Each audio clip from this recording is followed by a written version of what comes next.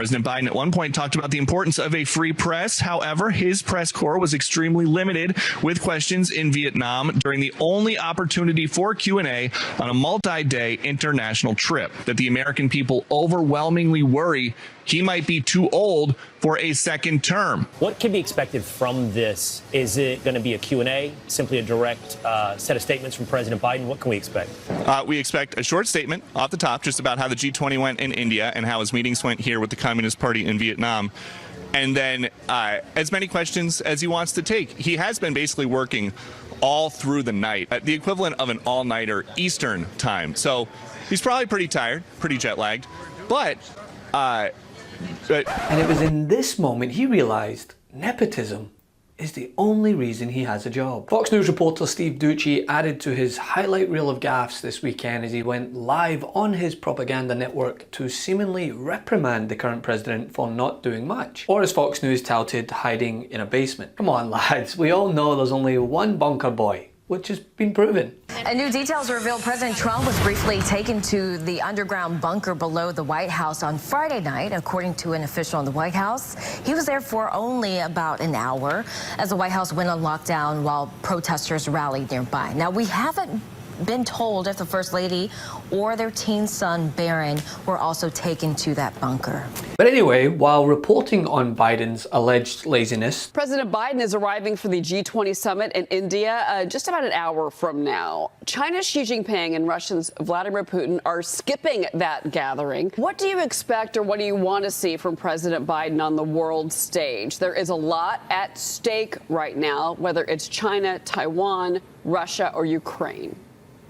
What do I expect? Nothing. What do I want? Leadership. President Biden seems to make America weaker on the world stage every single time he travels abroad. And now, I don't know about you, but I'm going to go to bed.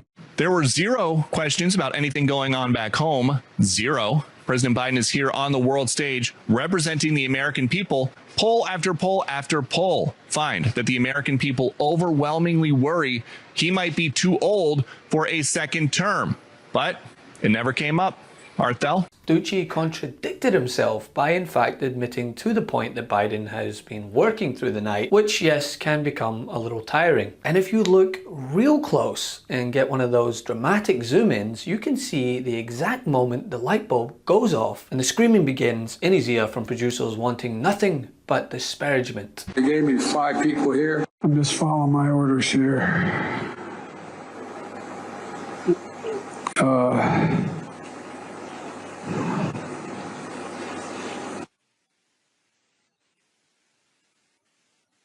Staff, if anybody haven't spoken to, no, I ain't calling on you. I'm calling. I said I had 5 questions. I don't know about you, but I'm going to go to bed. And so we expect maybe some climate talk here in Hanoi, but now that the senior staff is here, it shouldn't be too much longer. Back to you. Peter, really quickly, understanding the time constraints you might have here any moment, what can be expected from this? Is it going to be a Q&A, simply a direct set of statements from President Biden? What can we expect? We expect a short statement off the top just about how the G20 went in India and how his meetings went here with the Communist Party in Vietnam. And then as many questions as he wants to take. He has been basically working all through the night, the equivalent of an all-nighter Eastern time. So he's probably pretty tired, pretty jet-lagged, but he should take at least a handful. Now, if you're thinking it's Fox, of course they're going to lament Biden at any chance they get. I'd say correct, but it wasn't just them who peddled the idea of him taking a nap in the basement, despite the president helping to accomplish 2 critical initiatives while overseas. President Biden is in Vietnam tonight, striking a deal with that key ally, the goal to strengthen U.S. ties with South Asia, right on China's doorstep. Janice Mackey-Frayer is traveling with the president for us. Janice? Kate, this upgraded relationship with Vietnam is a status Hanoi has not given to many countries. So the Biden administration sees this as a significant tactical step towards counterbalancing China's influence. At his news conference, President Biden said it's about stability, that he doesn't want to contain China.